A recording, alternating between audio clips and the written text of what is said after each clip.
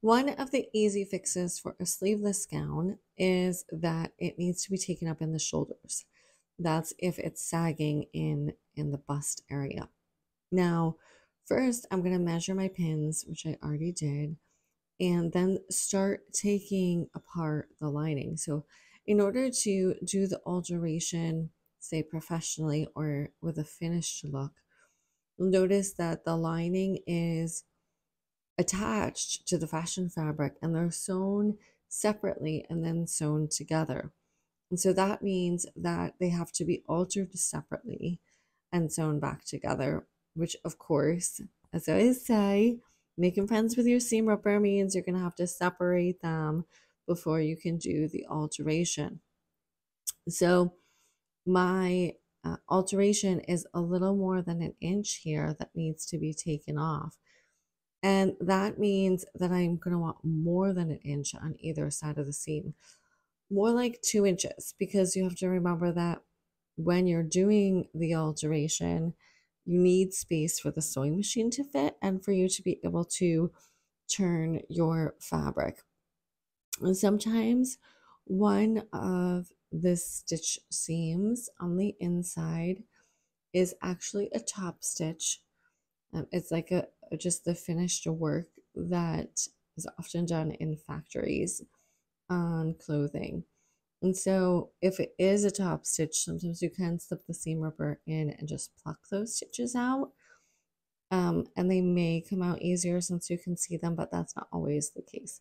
So just be patient and pluck a couple seams at a time, a couple stitches at a time as you're going along until you have a sufficient amount of space.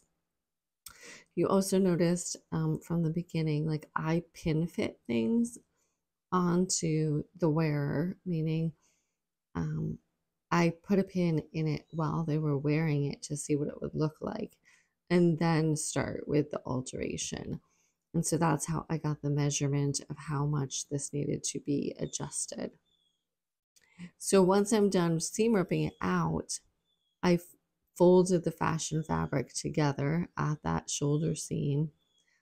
And now I'm going ahead and doing that inch alteration, making a seam an inch from the original seam, which is actually what's going to shorten the shoulder seams. You just think about a pattern piece if you've done any pattern sewing, and how when the patterns are graded, then it's taking a little bit off in each place. So now I'm doing the lining, altering it the exact same way.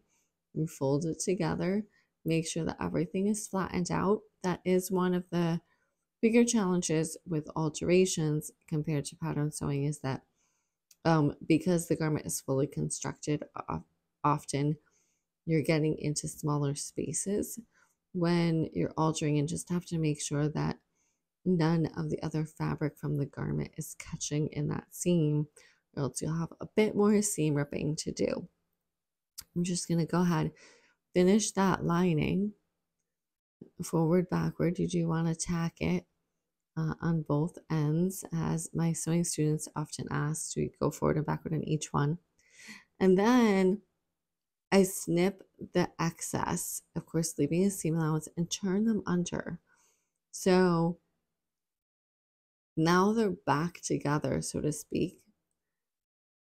But there is a little bit of seam allowance inside that needs to be flattened out, because you want the garment to be as flat as possible. So with your fingers, just keep maneuvering that around to flatten it out. So you just keep, um,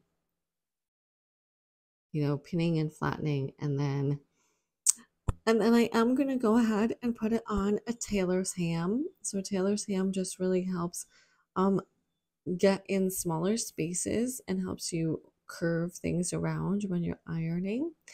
So once I'm done with the ironing, this is a tailor's clapper that presses the seam down to just really flatten it out, absorbs the seam, and finishes that just a little bit better than if you didn't have one. Now, the clapper, the wooden piece that I had, is not an essential item if you're a beginner sewist, even the tailor's ham. But these are tools that, as you sew and alter, even for your own home, it's useful because they'll help you just have better results in the long run if you're trying to iron. So they are both ironing tools and um, just a little bit extra useful. So remember, don't stress yourself over the tools that you don't have. Just collect them slowly and surely as your budget allows. You could alternatively lay this on the ironing board without the tailor's ham, but you would just need to kind of make sure that the iron isn't pressing creases into the fabric somewhere else, meaning because the location is so close to the rest of the garment and is in a curvature, it's harder to get the shoulder seam to lay flat on the ironing board in order to actually iron it without the tailor's ham. So those are just a couple of tips and tricks for the ironing stage. And as you can see, I'm also now folding in the seam allowance, the raw edges along the outside of the seam, tucking them under to get prepared to stitch it. So I always hand stitch these. There's not really a way to machine stitch them unless you were going to top stitch them. So it's a basic slip stitch where you're grabbing the lining fabric, then the fashion fabric, the lining fabric, then the fashion fabric. Little tiny stitches, trying to keep them small and invisible. And once you've attached the lining to the fashion fabric on both sides, on the right shoulder and the left shoulder, then you're done with the alteration. Just like that, ready for wear. Thank you for watching. You can shop tutorials and classes on my website, naomifeda.net. Be sure to like and subscribe. And as always, may God sow his love into your heart today.